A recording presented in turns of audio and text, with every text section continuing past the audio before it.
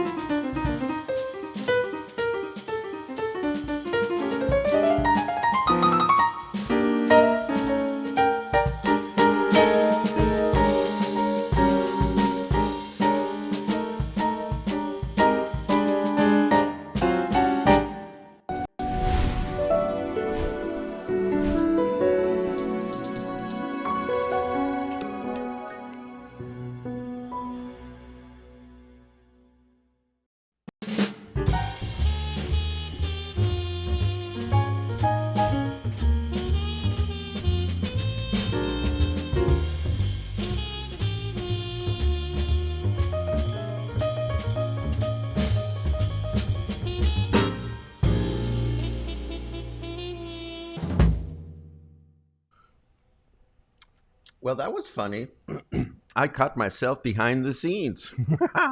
Good morning, everyone. Welcome back to Coffee and Headlines. This is our morning get together live here on Facebook where we take a look at headlines from our city, our state, our country. We take a look at comments that we learn about our city, things that are going on, so that we can try to better understand how this city works, how we connect with the city, how we connect with one another here in Puerto Vallarta as a community of English speaking locals. Today is Wednesday, September 29th. The month is almost over. And we have all kinds of interesting news today, including a follow up to our bus driver situation here in Puerto Vallarta. But first, our usual information for everybody that is joining us. If this is your first time, feel free to let us know so that we can give you a proper welcome. You can just write the word new in your comment and we'll give you a nice little welcome. Also, if there's something truly important that you wish to bring up during the broadcast, it helps a great deal if you add the letter Q at the beginning. That way we'll know that this is something that you are concerned about and you would like to bring up so we can react to it. So, as always, we go through our news, we go through our weather, and then we take a look at all these wonderful comments from all of you. Let's get going.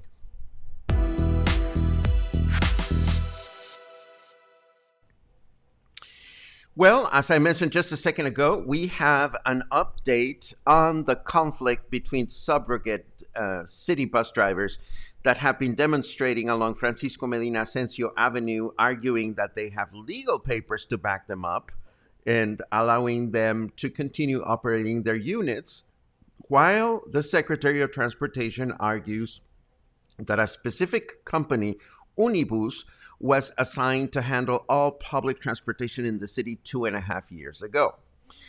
The good news is that both parties have sat down and talked. This happened yesterday. The Secretary of Transportation has stated that they will take a look at the paperwork presented by the bus drivers to ensure that it is in order. Can the buses that have been recalled go back in circulation while you are validating our papers, said the bus drivers, to which the Secretary of Transportation answered, no, cannot. So the bus driver said, very well, we'll wait, but we cannot guarantee that we won't block traffic again if you pull another one of our units from circulation. So as you can see, everything is just peachy and cordial and nice between these rogue bus drivers and the Secretary of Transportation. Actually, I'm being facetious. I don't understand personally why these bus drivers think they can continue to operate when there is another company doing it. We don't have all the details. All we know is that things seem to be okay right now. But, if these bus drivers decide to get angry about this, that, and the other, they can do what they did, which is to block traffic again and bring havoc to the city. Let's hope that doesn't happen, actually. Quite ironically, a bus from one of the buses that are kosher, that is the Unibus line, ran over a pedestrian yesterday while we were broadcasting. The incident took place at the intersection of Medina Asensio and the Libramiento, where the bus driver ran over a 29-year-old man. How bad was it? Well, just look at the bus windshield. The driver ran away, and the pedestrian was immediately taken to the hospital by ambulance. And this is morbid, but I have to bring it up for all the care that we are maintaining in taking care of ourselves and remaining free from COVID and protecting ourselves to avoid infection. The sad reality of life is that things happen, and you could leave your house and a million other things could harm you, and this has been going on for the history of man. So I mean, this goes back to this whole issue of where is our comfort level, where do we want to be, how comfortable we feel going out, and whether it's all about the pandemic, or we could simply embrace the fact that all kinds of unpredictable things could happen when we go about our lives, and shit happens. Back to the accident. I certainly hope that the man is in good condition, and I hope that the prosecution or the follow up with the driver will happen as it's supposed to happen. In other news, as far as elections go, states in Mexico are organized in districts, and Puerto Vallarta is part of District Number 5, along with several other municipalities in our state, including, for example, Cabo Corrientes, Mascota, San Sebastián del Oeste, and so forth. Well, there is such a thing as the District Number 5 Women's Network, and this is a very good thing. You see, back in 2019, the Mexican Constitution was amended with reforms guaranteeing gender parity at all three levels of government: federal, state, and municipal. This means that by the book, all posts involving political decision making in the country must be occupied by the same number of women and men. I cannot tell you if this is actually happening or not. What I can report, however, is that the District Number 5 Women's Network exhorted upcoming administrations to follow the law in this regard and actually elect cabinets that are conformed with the same number of women and men. Now, this is an interesting issue in the sense that Luis Alberto Michel, our mayor-elect, begins his administration this coming Friday, in 2 days. And Mayor-elect Michel has announced at least 3 dates that have come and gone in which he would announce the people that are going to be part of his cabinet, and he hasn't. So I bring up this comment now, not because I think our upcoming mayor has an issue with women in particular, but based on editorials I've read on the matter, there must be a lot of grumbling going on at City Hall when it comes to jobs that were promised and posts and political power balances between the previous administration and the coming one. So we're going to be looking at updates on this matter in the coming days. Now, how about some feel-good news? I have some feel-good news this morning, and this has to do with Helios Hernandez Hurtado. He is the Undersecretary for the Environment here in Puerto Vallarta. And Dr. Hernandez Hurtado has announced that in the current sea turtle season, over 2,000 hatchlings have been accounted for and returned to sea safely for them to continue with their life cycle. The work is arduous, as sea turtles can just as easily leave the ocean to bury their eggs in our beaches in the sand any time of day and night. So authorities have to patrol the beaches constantly, or as constantly and humanly possible. Eggs are collected, they're inventoried, and then they are taken to special nurseries along the beach so that when the turtles hatch, they can do so without dangers from seagulls and other predators. We've mentioned that this goes on in several hotels in Marina Vallarta, and one of those really amazing activities that we can be a part of here in Puerto Vallarta that definitely is something that you want to do if you consider yourself a local is to participate in a turtle release experience. I cannot tell you how grounding it is. You don't think about it, but once you're holding one of these little baby hatchlings in your hand and you help it get to the ocean and you see them, finding their way back into the water, it will change you. If you haven't done it, I certainly recommend that you do. Moving right along with our news, yesterday was International Safe Abortion Day.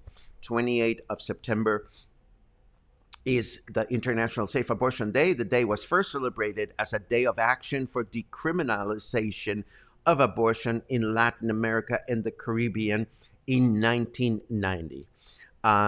11 years later, 21 years later, in 2011, the Women's Global Network Reproductive Rights declared 28th of September as an international day. The day's name was changed to International Safe Abortion Day in 2015. And in that year, about 83 different activities were organized in 47 countries by national, regional, and international activists. So yesterday, here in Puerto Vallarta, a group of approximately 100 women marched from what is known as Women's Park in the intersection of Francisco Medina Asensio and the Libramiento. They marched all the way to City Hall with the goal to send a clear message to the government and citizenship demanding access to legal, safe, and free abortion. So if you saw a number of people, mostly women, demonstrating along the main avenue, this is what that was about. Let us now turn on to our weather forecast just to see what's going on. And yes, there is a whistle in the background. It's the water delivery guy. But first, weather.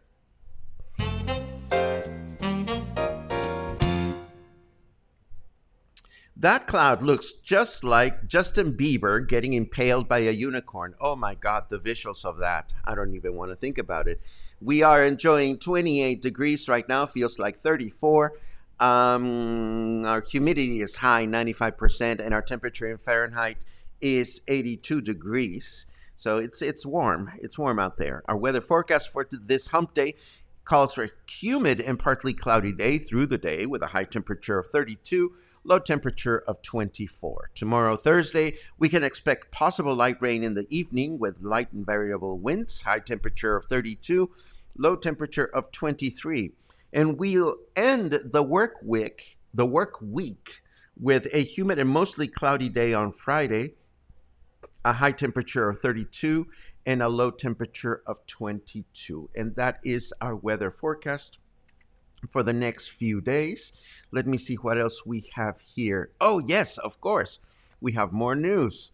Let's start with TAR, T-A-R, TAR, TAR. That's what we call it in Spanish. TAR, or Transportes Aéreos Regionales, or Regional Air Transport in English.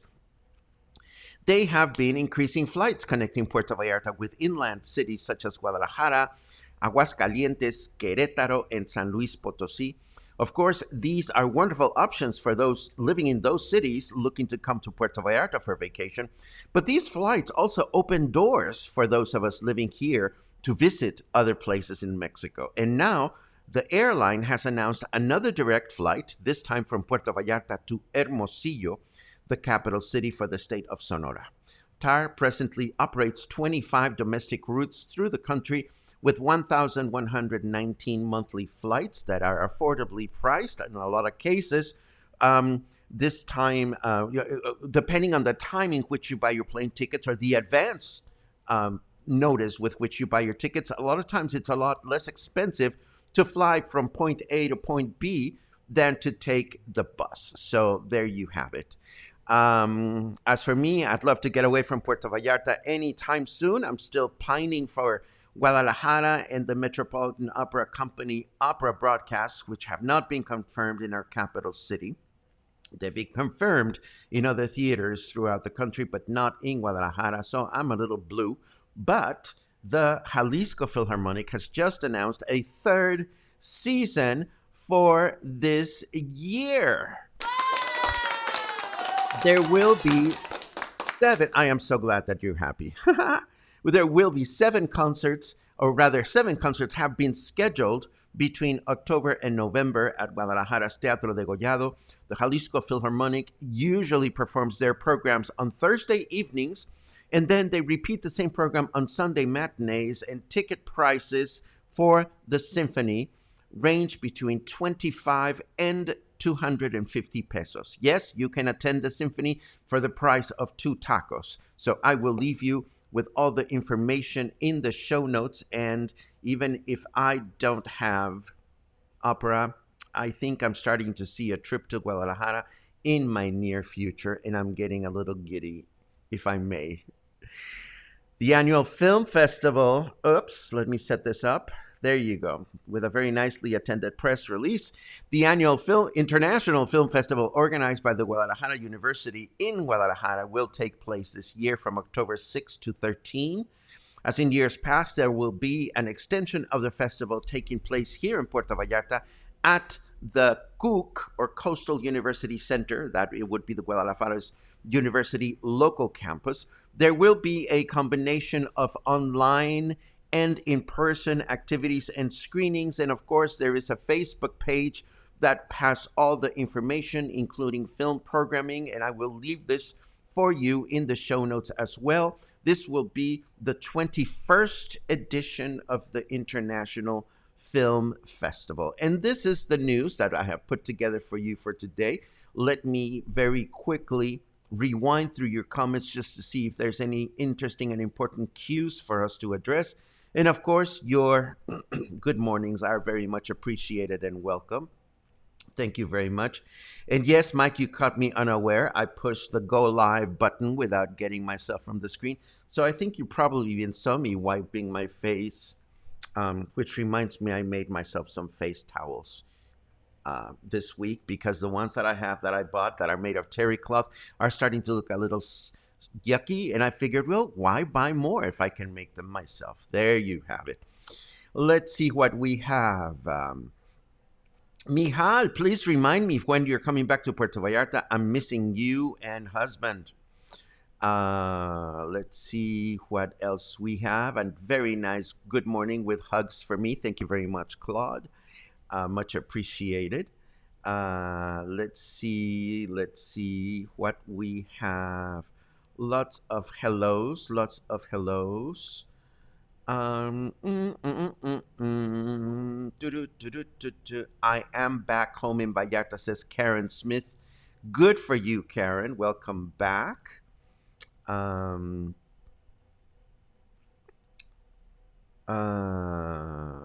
We can drown ourselves just drinking a glass of water. That's why we must live life every day like it could be our last. How very true is that?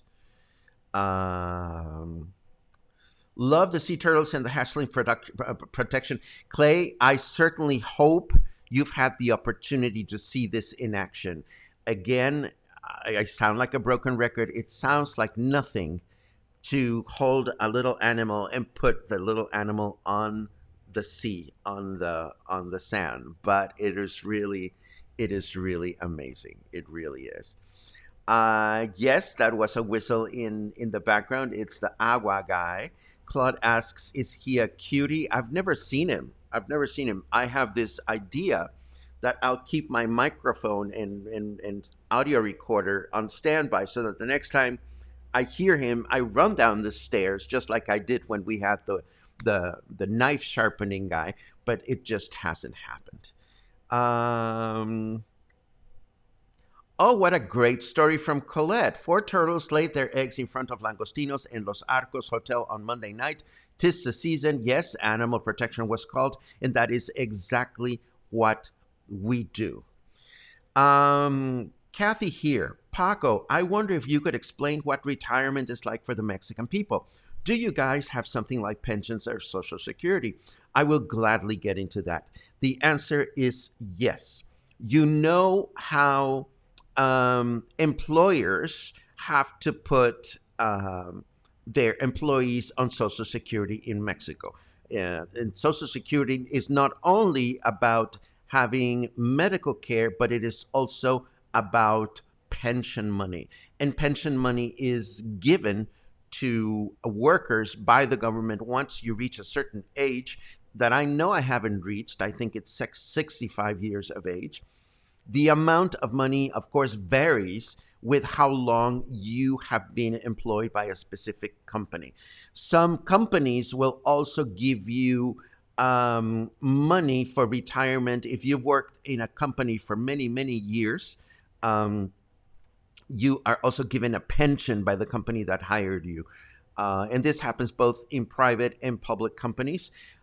So yes, we do have that. I do know that I have a certain amount of money somewhere in Social Security land that is going to come to me, and this is for the few or many years that I've worked in Mexico and have had access to Social Security. Needless to say, if you are not secured by Social Security, you don't have retirement per se, and what you do have is whatever savings you may have accumulated on your own through your life. So this is a very, very broad answer to a very important, very specific question, Kathy. If you have any more questions about this, please let me know. Javier asks, is there a local baseball team in Puerto Vallarta? Yes, there is. And we know this because not too long ago, somebody asked about baseball in bucerias. And I suggested to this person, well, go onto Facebook and look for baseball Puerto Vallarta. And I did. I actually did that. I went into Facebook and I wrote baseball in Spanish, not with the English spelling. And there is a page on Facebook that represents the local team. Javier further asks, are there local sports teams we can go watch playing? Yes, there are. There are soccer teams, there are baseball teams, there are basketball teams. And I am sure that you can find out information about this either on Facebook or by going to the stadium, which is there's a basketball court there, there's the baseball field at the stadium. So that would be the way in which you could easily find out about that. Sheil asks, good morning, Paco. If possible, could we see your cat in the near future as he looks super cute and I've only seen glimpses of him on your program, if this is possible, knowing cats, of course. Well, you do know, or I don't know if you've had a chance to see it. This is a Luna cam. Luna, my kitty cat, sometimes decides to come up over here to this little stool that I have sitting next to my desk. But of course, I'd never try to force her to do that. But I'll make sure that I do some Luna videotaping these days. I usually let her, run her life as she wishes. But I am happy. I'm happy to include Luna in the broadcast whenever possible.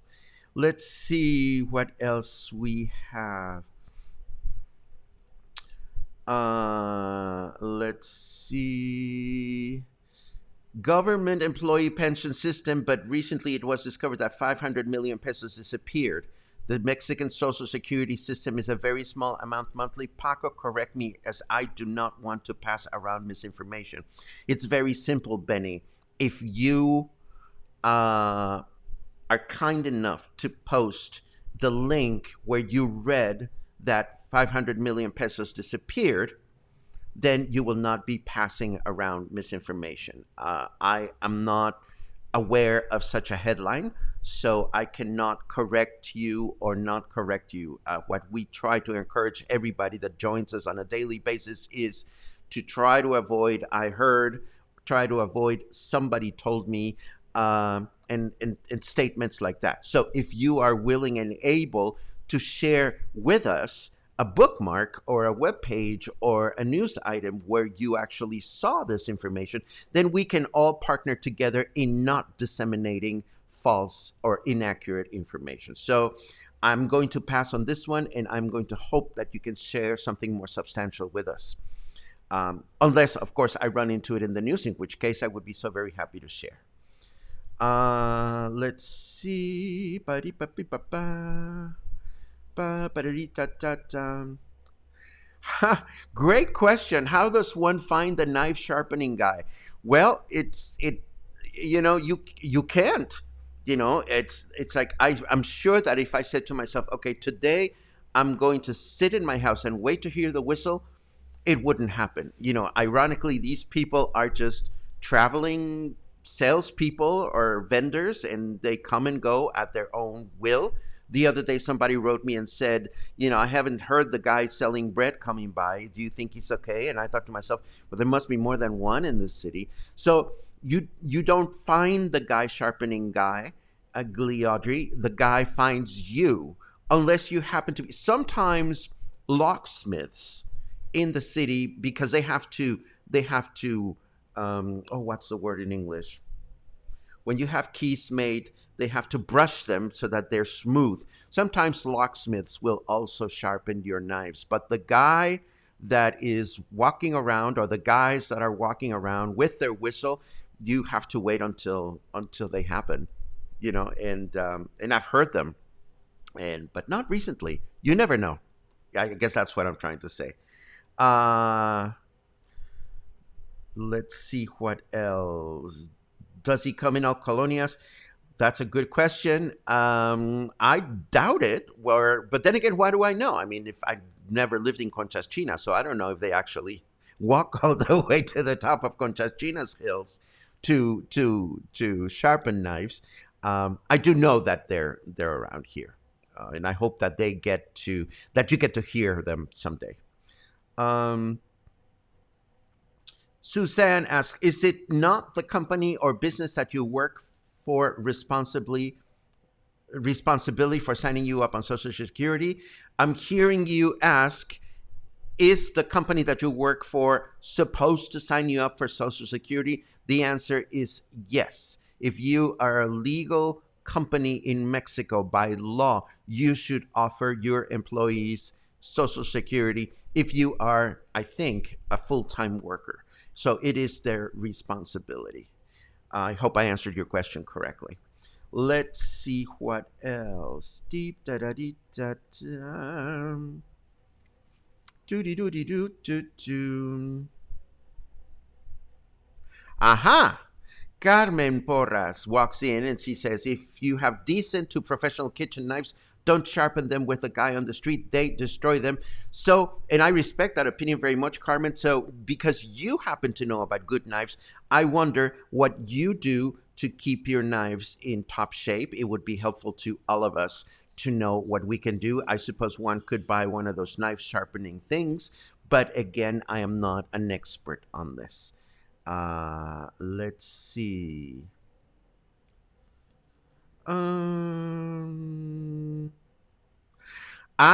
Okay. Now I understand where this is coming from. There is a debt. The municipality of Puerto Vallarta has gone into debt by borrowing money from the employees' pension fund and has yet to repay that money back. And this would be money that will eventually be owed to municipal employees here in Puerto Vallarta. And yes, it was a large amount of money. And I saw a headline to that effect the other day, that with the new administration coming in, the question of how is this debt going to be repaid has not been answered. But this is something that has been going on for quite some time. So I take responsibility for that remark. Let's see.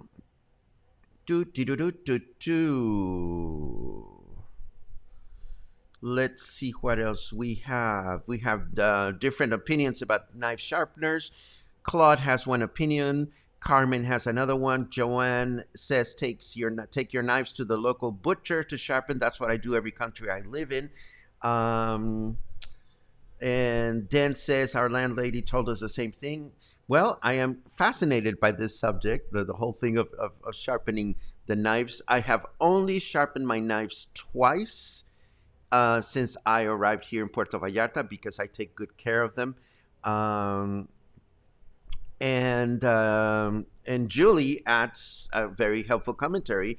I have my own sharpening stone. They aren't expensive, so there you have it. There are different ways to get this thing done, but I'm fascinated how every single time we get together, I never know what question is really going to latch your attention or what comment is really going to latch your attention. So this is fascinating.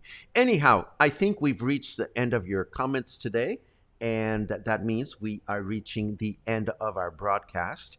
As always, I'm grateful for your keeping us company here at Coffee and Headlines and bringing up all kinds of things. Where would I buy a sharpening stone? Amazon, I'm sure, has them, or Liverpool, I am sure, has them. So I would not hesitate to find them there. Anyhow, thank you very much for joining me. I will start looking for interesting stuff for tomorrow right away. But between now and then, have an awesome day. Have an awesome hump day. Stay happy, stay kind, stay well informed. And Javier, this is wonderful. Extra inquisitive is fabulous. I couldn't be happier when we all have questions and we're all curious about our surroundings. That makes us real Puerto Vallarta locals in my book.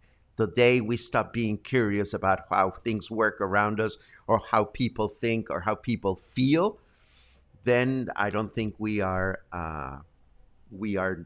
fulfilling our role as English speaking locals. But that's just me. You make your own decisions and we will all get along just fine. Have a great day, and I will hopefully see you soon. Take care.